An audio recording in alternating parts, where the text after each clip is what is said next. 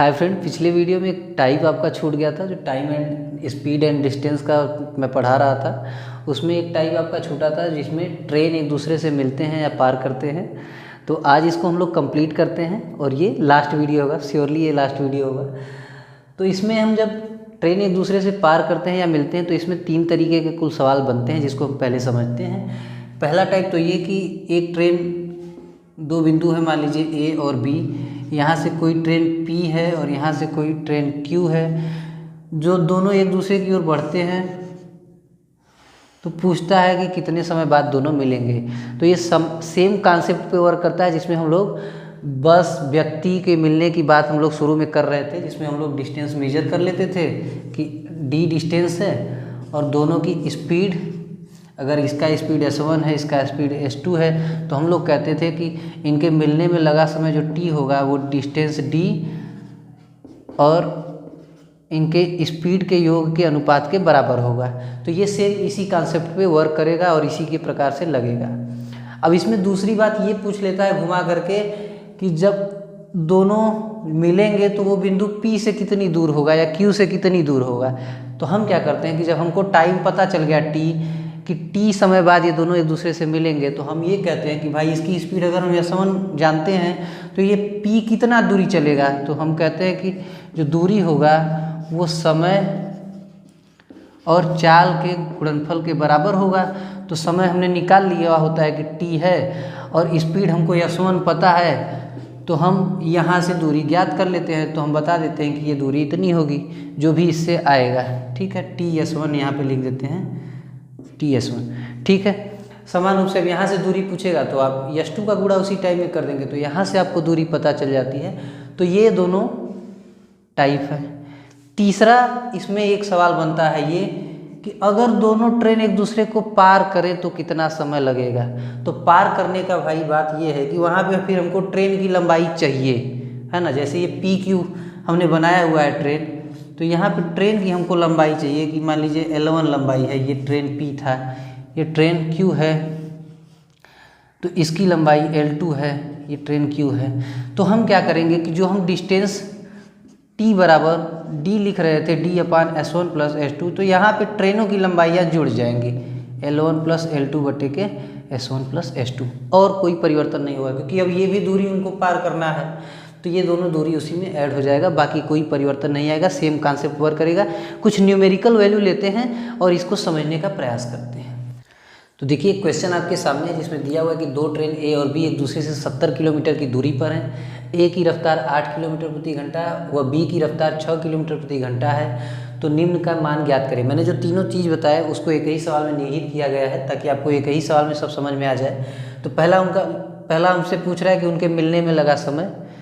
दूसरा हमसे पूछ रहा है कि जिस बिंदु पर वो मिले उसकी दोनों ट्रेनों के आरंभिक बिंदु से दूरी।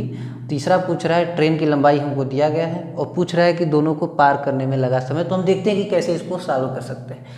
तो पहले एक डायग्राम बना लेते हैं, आपको बेहतर समझ में आए। इसको बनाने की कोई आवश्यकता नहीं, एग्जाम में तो आप वैसे भी कर सकते हैं। ये 2 पॉइंट हमको दिए गए हैं, एक को हम स्मॉल a मान ले रहे हैं, एक को हम स्मॉल b मान ले रहे हैं। स्मॉल a से एक ट्रेन चल रही है और स्मॉल b से एक ट्रेन चल रही है। इसका नाम a है, इसका नाम b है। इसकी लंबाई हमको दिया गया है कितना, तीसरे वाले पॉइंट में दिया गया है, जिसकी पहले दूसरे में आवश्यकता भी नहीं होगी, 600 मीटर, और इसकी 400 मीटर लंबाई है। स्पीड हमको दिया गया है 8 किलोमीटर प्रति घंटा, इसका 8 किलोमीटर प्रति घंटा, और इसका स्पीड हमको दिया गया है 6 किलोमीटर प्रति घंटा, और ये डिस्टेंस 70 किलोमीटर है। ठीक, अब पहला जो पूछ रहा है कि उनके मिलने में लगा समय, तो मिलने में लगा समय मैंने आपको बताया कि दोनों के बीच की दूरी कितनी है, 70 किलोमीटर बटे हम उनके चाल का योग कर लेंगे। तो यहाँ पे 8 किलोमीटर है प्लस यहाँ पे 6 किलोमीटर है, तो हम भाग दे देंगे 70 बटे के 14। तो हम कहेंगे कि 5 घंटा, क्योंकि हमारा जो इकाई है यहाँ पे किलोमीटर प्रति घंटा है, और यहाँ पे ये किलोमीटर है, ये किलोमीटर प्रति घंटा है, तो हम काटेंगे तो घंटे में आएगा, तो ये इसकी इकाई होगी 5 घंटा।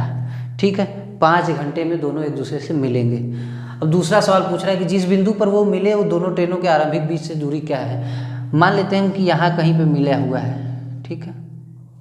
तो ये पूछ रहा है कि यहाँ से इसकी दूरी क्या होगी इस पॉइंट की, इसको सी पॉइंट मान लेते हैं, और यहाँ से इसकी दूरी क्या होगी, ये दूसरा सवाल हमको पूछ रहा है। तो हमको पता चल गया कि भाई 5 घंटे बाद मिलेंगे, तो हम यहाँ से 8 किलोमीटर प्रति घंटा की स्पीड से चल रहा है, तो हम कितनी दूरी बताएंगे, हम बताएंगे कि दूरी बराबर चाल गुणे के समय।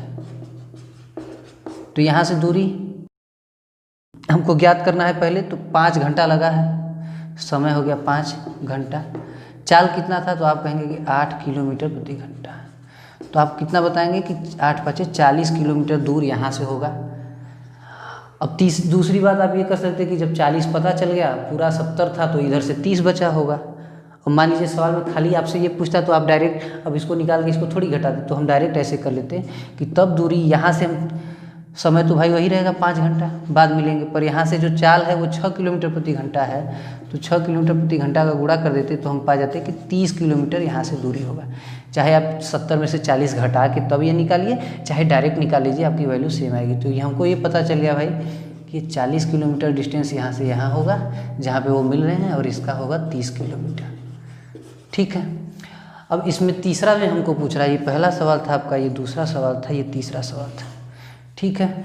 इसमें हमको पूछ रहा है कि यदि ए की लंबाई 600 मीटर, बी की लंबाई 400 मीटर है, तो एक दूसरे को पार करने में लगा समय। अब एक चीज़ देखिए, यहाँ पे जो लंबाई दी हुई है मीटर में है, ये डिस्टेंस किलोमीटर में है, तो हमको सबको किलोमीटर में बदलना होगा। तो हम क्या करेंगे, 600 और 400 हमने आपसे बताया था कि क्या करते हैं भाई, D + L1 + L2 बटे के S1 + S2।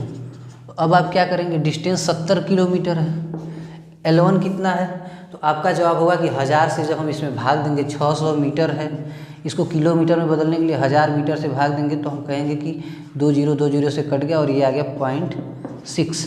तो यहाँ पे हम 0.6 जोड़ दे रहे हैं। ऐसे ही जब हम 400 मीटर को जोड़ेंगे तो ये कितना आएगा, 0.4 आएगा, बटे के स्पीड अगर हम जोड़ दें तो 6 और 8 जुड़ेगा, 14 किलोमीटर प्रति घंटा हो जाएगा। तो आपका ये क्या आ गया, 71 बटे के 14 किलोमीटर। समय पूछ रहा है आपसे, तो ये आपका इतना घंटा आ जाएगा, ठीक है, 71 बटे के 14। अब आप इसको दशमलव में भी बदल सकते हैं, भिन्न में भी रहने दे सकते हैं, जैसा आपका विकल्प होगा एग्जाम में आपको वैसा जाना होगा, ठीक है। एक सवाल और बचा हुआ है, उसको पहले करा देना चाहिए था, पता नहीं कैसे मिस रह गया, उसको हम देखते हैं। तो ये हम जो सवाल पढ़ने जा रहे हैं, ये आपने कॉमनली देखा होगा, ग्रुप डी और एनटीपीसी में काफ़ी बार पूछा गया है, जिसमें आपको बताया जाता है कि अगर हम किसी गंतव्य स्थान तक पहुंच रहे हैं, किसी गिवन टारगेटेड प्लेस तक हम पहुंच रहे हैं, तो अगर हम अपनी स्पीड बढ़ा देते हैं तो हम इतना मिनट पहले पहुंच जाते हैं, अपनी स्पीड कम कर देते हैं तो इतनी देर से पहुंचते हैं। तो इससे रिलेटेड जो क्वेश्चन है, ये बहुत ही कराना ज़रूरी है, तो इसको हम करा देते हैं यहाँ पे। तो अगर हम मान लें कि x दूरी है और हमारी स्पीड y है, माने चाल हमारी y है, ठीक है। अब अगर हम मान लीजिए कि चाल को हम a से बढ़ा रहे हैं, मतलब उसमें a की वृद्धि कर रहे हैं अपने चाल में, तो अगर चाल में हम वृद्धि कर देंगे तो समय क्या होगा भाई, तो आपका जवाब होना चाहिए कि समय कम हो जाएगा।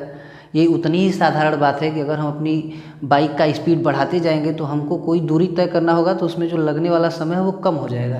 तो हम ये मान लें कि यहाँ पे t1 समय कम हो रहा है, t1 समय कम हो रहा है। दूसरा में हम ये मान लेते हैं कि अगर हम अपनी चाल b कम कर देते हैं, b कम कर देते हैं, तो t2 समय अधिक हो जाएगा, t2 समय अधिक हो जाएगा। अब इसमें जो सवाल बनते हैं वो एक समीकरण से भी सॉल्व हो सकते हैं, जो सरल होते हैं और जो ज़्यादा बार पूछे गए हैं, और कुछ सवाल कठिन होते हैं जो 2 समीकरणों पर आधारित होते हैं। तो हम एक ही डेरिवेशन में दोनों समीकरणों वाले को बता देंगे, फिर आपको बता देंगे कि कैसे हम लोग एक समीकरण वाले सवाल को उसी से कर लेंगे और कैसे हम लोग 2 समीकरण वाले सवाल को भी उसी से कर लेंगे, ठीक है। तो अब अगर हम ये माने कि t1 समय कम हुआ है, तो इस समय का अंतर कैसे निकलेगा, तो आपका जवाब होगा कि अगर हम x में y का भाग दे देते तो एक समय हमको जो भी प्राप्त होता है उसमें से अब x दूरी में y प्लस ए अगर भाग दें तो ये जो समीकरण प्राप्त होगा ये हमको t1 समय देगा। ठीक है, अब ये समय यहाँ से क्यों निकल के आ रहा है, क्योंकि हम लोग जानते हैं कि चाल बराबर क्या होता है भाई, तो आप कहेंगे कि दूरी बटा के समय। ठीक है, फिर हम आपसे पूछें कि यहाँ से अगर हम समय बराबर निकालना चाहें तो क्या आएगा, तो आपका जवाब होगा कि दूरी बटे के चाल। ठीक है, अब यहाँ पे देखिए x दूरी है, इसमें चाल का भाग दिया गया है, फिर यहाँ पे x दूरी है, इसमें चाल का भाग दिया गया है। तो दूरी और चाल का अनुपात हमको क्या मान दे रहा है, समय का मान दे रहा है। तो समय में से जो समय घटाया गया वो हमको एक समय t1 प्राप्त हुआ है, उसी को हमने लिया हुआ है। ये बात आपको समझ में आ रही होगी, ये मैं उम्मीद करके आगे बढ़ रहा हूँ। तो अगर अब यहाँ से हम लोग देखें x कॉमन ले लें तो आपका जवाब होगा कि अब ये कुछ ऐसा हो जाएगा, वो 1/y माइनस 1/y प्लस ए बराबर t1।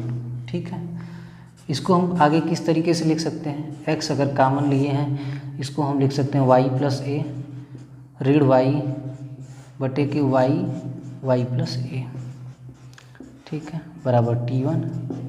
y से y कैंसिल आउट हो जाएगा और जो हमको समीकरण प्राप्त होगा वो होगा x इंटू ए बटे के y प्लस ए बराबर t1। ये आपका पहला समीकरण होगा, इसको आप डब्बे में बंद कर लीजिएगा। इसी प्रकार से अगर हम दूसरा समीकरण निकालेंगे तो इस बार हमको लिखना होगा, यहाँ से एक बड़ा तीर बना दे रहे हैं और यहाँ से एक बड़ा तीर, तो इस बार हमको लिखना होगा x बटे के x दूरी लिया था y ऋण b माइनस x बटे के y बराबर t2 समय। ठीक है, तो यहाँ से भी अगर हम x कॉमन ले लें तो हम लिख सकते हैं कि 1 के y ऋण b ऋण 1 के y बराबर t2, और फिर हम लिख सकते हैं x अगर कॉमन लिए हैं तो y ऋण y प्लस b बटे के y ऋण b बराबर t2। ठीक है, मैं बोलता हुआ चल रहा हूँ, मुझे नहीं पता है कि यहाँ नीचे दिखाई दे रहा है कि नहीं। देखिए जो बच्चे लिख रहे होंगे उनको बता दूँ कि x ब्रैकेट में y ऋण y धन b बटे के y फिर ब्रैकेट में y ऋण b।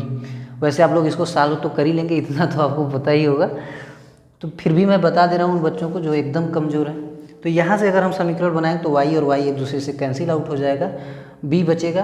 तो यहाँ पे मैं लिख दे रहा हूँ x इंटू बी बटे के y ऋण b बराबर t2। ठीक है, इसको आप डब्बे में कर लीजिएगा बंद। ये समीकरण 2 है। ठीक है, अब यहाँ पे आप एक चीज़ देखिएगा, कि x कॉमन है दोनों में, तो समीकरण 1 से अगर हम निकालें x का मान, अब देखिए अगर खाली एक ही समीकरण होगा, यहाँ से एक चीज़ समझिएगा, अगर खाली एक ही समीकरण होगा जिसमें खाली स्पीड को खाली बढ़ाने की बात हो रही है तो हम क्या करेंगे भाई, खाली इसी समीकरण का प्रयोग करेंगे। अगर आपसे किसी क्वेश्चन में खाली ये पूछ रहा है कि स्पीड को कम करने की खाली बात की जा रही है तो हम इस समीकरण का प्रयोग करेंगे। ठीक है, और जब दोनों की बात की जाएगी तो हमको दोनों लेकर चलना होगा। जब दोनों लेना होगा तो हमको एक स्टेप आगे करना होगा, उसको देख लीजिएगा। यहाँ से हम x निकाल लेंगे, तो x निकालेंगे तो आपका जवाब होगा कि तब मान हमको प्राप्त होगा y प्लस ए t1 बटे के a। ठीक है, यहाँ से x निकालेंगे तो आपको मान जो प्राप्त होगा वो होगा y ऋण b इंटू t2 बटे के b। ठीक है, इन दोनों को आप बराबर कर देंगे। इन दोनों को आप जब बराबर कर देंगे तो क्या हमको मान प्राप्त होगा, y धन a t1 बटे के a बराबर y ऋण b t2 बटे के b। ठीक है, इसको y को y से कैंसिल आउट कर दीजिएगा, इन दोनों का तुलना कर दीजिएगा, आपका आंसर आ जाएगा अगर 2 वाला सवाल होगा तब। ठीक है, जिसको ये सवाल करने के लिए जो ट्रिक बताया गया है, ट्रिक क्या है, इसी को डिराइव करके एक छोटे फॉर्म में लिख दिया गया है। तो अगर ये याद नहीं हो पा रहा है तो उनको ट्रेडिशनली इसी मेथड से जाना होगा बार बार। ठीक है, तो याद हो जाएगा तो आप तुरंत वैल्यू रख के कर देंगे। हालांकि रेलवे में बहुत टाइम मिलता है यार, है ना। 100 क्वेश्चन के लिए 90 मिनट है, बाद में 120 क्वेश्चन के लिए 90 मिनट है। तो एसएससी वालों से अगर आप कंपेयर करेंगे तो क्वेश्चन का लेवल भी आसान है और समय भी बहुत ज़्यादा है, क्योंकि वहाँ 60 मिनट में 100 क्वेश्चन करने होते हैं, तो टाइम बहुत है। आप वैसे भी जा सकते हैं और वैसे भी जा सकते हैं। मैं एक सवाल करके बताता हूँ, एक समीकरण वाला और एक सवाल 2 समीकरण वाला करके बताता हूँ, देखिए फिर आप बेहतर समझ में आएगा। इसको आप लोग लिख लीजिए, ये 2 डब्बे भी आप बना लीजिए, ठीक है। ये क्वेश्चन देखिए ग्रुप डी में पूछा गया है और डेट मुझे याद नहीं है, क्योंकि जो फोटो हमको मिला है उसमें खाली क्वेश्चन है। तो क्वेश्चन को देखिए, इसमें दिया गया है कि पृथ्वी राजधानी एक्सप्रेस से दिल्ली जा रही है, जो 6 मिनट की देरी से चल रही है। ड्राइवर उसकी गति को 6 मिनट दिया हुआ है, तो T1 बराबर 6 मिनट लिख लेते हैं। आगे दिया हुआ है कि ड्राइवर इसकी गति को 4 किलोमीटर प्रति घंटा बढ़ाता है। तो बढ़ने वाली स्पीड को हमने ए माना हुआ था, ये बात आपको याद होनी चाहिए। तो हम लोग मान लेते हैं कि ए की जो वैल्यू है वो कितनी है भाई, तो आप कहेंगे कि 4 किलोमीटर प्रति घंटा। अब आगे दिया हुआ है कि ऐसा करने से ट्रेन अगले स्टेशन जो कि 36 किलोमीटर दूर है समय से पहुंचती है। तो दूरी को हमने क्या माना हुआ है, x 36 किलोमीटर हो गया। अब आगे आपसे पूछ रहा है कि ट्रेन की वास्तविक गति ज्ञात कीजिए, y का मान बताइए, ठीक है। तो या तो आप ट्रेडिशनल जाइए, है ना, तो ट्रेडिशनल जाएंगे तो आप क्या करेंगे, तो आपका जवाब होगा कि 36/y माइनस 36/y धन 4 बराबर के 6 मिनट है। तो 6 मिनट को आपको घंटे में बदलना होगा, तो 6/60 करेंगे तो ये 1/10 घंटा आ जाएगा। तो यहाँ पे आपको 1/10 लिखना होगा, ठीक है। ये क्यों, क्योंकि आपने यहाँ किलोमीटर लिया है, ये किलोमीटर प्रति घंटा लिया हुआ है, तो इसको भी आपको घंटे में रखना होगा। तो या तो आप ऐसे कर लीजिए, इसको सॉल्व करेंगे तब भी आपका उत्तर आ जाएगा। या तो मैंने आपको बताया था कि x बराबर T1 y धन a/a, यही तो बताया था आपको। तो x का मान आपको पता है कि इसका मान 36 है, T1 का मान आपको पता है कि 1/10 है, तो 1/10 आप रख लेंगे। y हमसे पूछ रहा है, y धन a का मान हमको 4 दिया है, 4/4, ठीक है। अब क्या होगा, ये 10 और 4 का तिर्यक गुणा इधर कर देंगे तो 36 गुणे के 40 हो जाएगा, 4 धाम 40, और इधर y और y धन 4, ठीक है। ये तो बड़ा आसान समीकरण बन गया। आप यहाँ से तुलना करेंगे तो y का मान डायरेक्टली 36 पता चल जाएगा, ठीक है। लेकिन हर बार ऐसा नहीं बनेगा, है ना, हर बार ऐसा सीन क्रिएट नहीं होगा। तो अगर ऐसा नहीं बनेगा तो हम लोग क्या करेंगे, इसका गुणा करेंगे, y² धन 4y, और इसका हम गुणा करेंगे तो 36 चौके कितना हो जाएगा, 30 चौके 120, 6 चौके 24, 144 पे एक 0 लगा देंगे। इसको उधर ले जाएंगे तो हम लोग लिखेंगे कि y² धन 4y ऋण 1440 बराबर 0। फिर लिखेंगे कि y², अभी तो हमको पता ही है कि 36 और 40 का था, तो हम क्या करेंगे, ये प्लस का 40y ऋण का 36y ऋण 1440 बराबर 0 कर लेंगे। यहाँ से y का मान ले लेंगे तो y धन 40, यहाँ से 36 का मान ले लेंगे ऋण का, तो y धन 40 बराबर 0। तो यहाँ से हम निकालेंगे y धन 40 एक कोष्ठक में आ जाएगा, एक में y ऋण 36 आ जाएगा। तो यहाँ से जो वैल्यू हमको प्राप्त होगी वो ऋण 40 प्राप्त होगी y की, तो ऋणात्मक वैल्यू हम लेंगे नहीं, धनात्मक वैल्यू हमको 36 प्राप्त होगी। तो ये हमारा आंसर हो जाएगा। और y को हमने स्पीड माना हुआ है तो ये किलोमीटर प्रति घंटा हो जाएगा। ये वो सवाल है जो एक समीकरण पर आधारित था, इसमें दूसरे समीकरण का T2 वाले समीकरण का प्रयोग नहीं किया गया है। अब एक सवाल लेते हैं जिसमें दोनों का प्रयोग होगा, उसको समझते हैं। और ये सवाल बार बार आया है, आप जब खंगालेंगे प्रीवियस ईयर पेपर तो आप पाएंगे कि हर दूसरे सेट में यहाँ से क्वेश्चन आए हुए हैं, ठीक है। अब इस क्वेश्चन को देखिए, ये भी क्वेश्चन रेलवे में ही पूछा गया है, मैं श्योर नहीं हूँ किस डेट का है।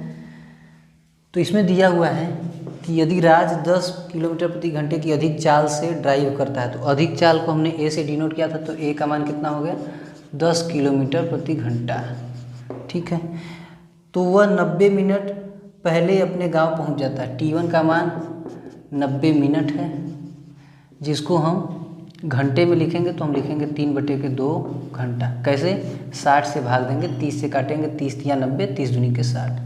आगे दिया हुआ यदि राज 10 किलोमीटर प्रति घंटे की कम चाल से ड्राइव करता है, कम चाल वाले को हमने b माना हुआ है अपने मानक में, तो हम इसको भी क्या कह रहे हैं 10 किलोमीटर प्रति घंटा ही दिया हुआ है, इसका मान भी। आगे दिया हुआ है कि तो वो अपने गांव 150 मिनट देरी से पहुंचता है, माने जो T2 का मान है वो 150 मिनट है, तो इसको हम लोग 60 से भाग देंगे तो काटेंगे तो 5/2 घंटा आ जाएगा। ठीक है। आगे दिया हुआ उसके द्वारा तय की गई कुल दूरी ज्ञात कीजिए। x का मान हमसे पूछ रहा है, x दूरी है। ठीक है। अब क्वेश्चन को हम लोग देखते हैं। स्पीड के बारे में यहाँ पे बात नहीं किया गया, बट बिना स्पीड के आपका काम नहीं चलेगा, तो y को हमने स्पीड माना हुआ था अपने रेफरेंस में। बाकी आप कोई भी अपने हिसाब से वैल्यू मान लीजिएगा, चिन्ह मान लीजिएगा, सॉरी। तो इसमें आपको पता है कि अगर हम ट्रेडिशनल मेथड से जाएंगे तो हम क्या कहेंगे, तो हम ये कहेंगे कि अगर दूरी x है तो x/y माइनस x/y धन 10 बराबर जो वैल्यू आएगी वो 3/2 होगी।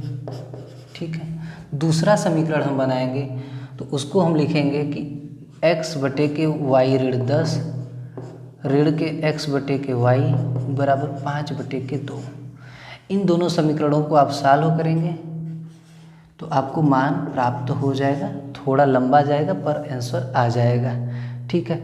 दूसरा कॉन्सेप्ट जो मैंने आपको बताया था कि अगर आप उससे जाएंगे तो आपको थोड़ा जल्दी हो जाएगा। तो आपको बताया गया था कि x बराबर आपका जवाब होना चाहिए कि y धन a T1/a, और दूसरा आपको x बराबर बताया गया था y ऋण b T2/b। ठीक है। इसमें ये आगे हो सकता है, ये पीछे हो सकता है, क्योंकि इतना याद नहीं रहता, बस फार्मूला याद रहता है ना। तो इन दोनों के हम डायरेक्ट जानते हैं तो हम सीधा वैल्यू रख देंगे। तो y हमने माना हुआ है तो y को हम वैसे ही छोड़ देते हैं। a का मान 10 है, 10। T1 का मान हमको पता है कि कितना है भाई, तो आपका जवाब होगा कि 3/2 घंटा, तो आप यहाँ पे 3/2 रख दीजिए। a का मान कितना है तो आप कहेंगे कि 10 ही है। ठीक है। तो अब यहाँ से हमको प्राप्त हो जाएगा 3y धन 10/20। यहाँ से अगर आप मान रखेंगे तो आप पाएंगे कि y ऋण 10, T2 का मान 5/2 है और b का मान 10 ही है। ठीक है। तो आप कहेंगे कि यहाँ से जो वैल्यू आ रही है वो 5y ऋण 10/20 आ रही है। अब समीकरण 1 और समीकरण 2 दोनों x के ही मान हैं, तो आप 3y धन 10/20 बराबर क्या कर देंगे 5y ऋण 10/20। 20 से 20 को काट देंगे, y से y को काट देंगे और लिखेंगे 3y धन 30 बराबर 5y ऋण 50। y को इधर भेज दीजिएगा तो ऋण 2y, और इस 30 को इधर भेज देंगे तो ऋण का 80। इसको काट देंगे तो y का मान आ गया 40। अब y क्या आपने माना हुआ है, y स्पीड माना हुआ था हम लोगों ने, तो 40 किलोमीटर प्रति घंटा। ठीक है। ये y की वैल्यू है, लेकिन हमसे दूरी पूछा हुआ है सवाल में, शायद कुल दूरी पूछा हुआ है ना। तो कुल दूरी आप कैसे निकालेंगे, अब हमको y का मान पता चल गया, a का मान पता ही है, तो हम इसी समीकरण में y का मान रख देंगे तो हमको x का मान पता हो जाएगा। x बराबर y का वैल्यू 40 गुणे 40 धन a, माने a का मान 10 था तो 50, T1 का मान 3/2 था और नीचे a का मान 10 था तो 10 यहाँ पे रख देंगे। 0 से 0 काट देंगे, 2 से काट देंगे इनको 2 बार में। 50 दूना के 100 300 किलोमीटर। अच्छा, अब कुछ लोगों का सवाल होगा कि क्या इसमें मान रखेंगे, तो चाहे आप इसमें रखिए चाहे आप इसमें रखिए, दोनों से मान सेम आएगा। एक बार चेक करवा देते हैं आपको, है ना। तो x का मान अगर हम इसमें रखें तो y का मान आपने कितना निकाला हुआ 40। अब इसमें से b का मान भी 10 था तो 40 में से 10 जाएगा तो 30। T2 का मान 5/2, b का मान 10 ही है, तो इससे काट देंगे इसको, 2 से काटेंगे इसको 2 बार में, तो 2 5 10 का 30 में गुणा करेंगे तो 300 किलोमीटर आ जाएगा। तो चाहे आप यहाँ से निकालें चाहे आप यहाँ से निकालें और यहाँ से भी निकालेंगे तब भी आपका यही मान आएगा। बस एक गलती मत करिएगा कि आप इसको इससे काट मत दीजिएगा जोड़ करके, इससे आसान लग रहा है तो आप थोड़े मुश्किल में किसी सवाल में पढ़ सकते हैं, क्योंकि वो दोनों मिलकर एक ही समीकरण आपके पास बचेगा, फिर आप फंस जाएंगे। ठीक है। इन दोनों समीकरणों को आपको अलग अलग सॉल्व करना पड़ेगा। ये बात आप ध्यान दीजिएगा। इस पे ढेर सारे सवाल पूछे गए हैं, या तो एक समीकरण पे आधारित हो सकते हैं या तो दो समीकरण पे आधारित हो सकते हैं। अगर ये सूत्र आपको याद है तो आप जल्दी कर पाएंगे, अगर नहीं याद है तो इस तरीके से जाइएगा, ठीक है, कोई दिक्कत वाली बात नहीं। ऐसा ज़रूरी नहीं कि हमेशा सूत्र याद हो, आपको तरीका भी पता होना चाहिए। तो टाइम एंड स्पीड का जितना भी तरीका बन सकता था मैंने आपको समझा दिया है। शायद इससे पहले 2 या 3 वीडियो ऑलरेडी अपलोड हो चुके हैं, ये लास्ट वीडियो था। अब इसके बाहर रेलवे में एक भी क्वेश्चन नहीं आएगा, ये मेरी गारंटी है। तो अभी के लिए इतना ही। Bye bye, thanks a lot, take care of yourself. मिलते हैं अगले वीडियो में, जल्दी ही किसी दूसरे चैप्टर को शुरू करेंगे।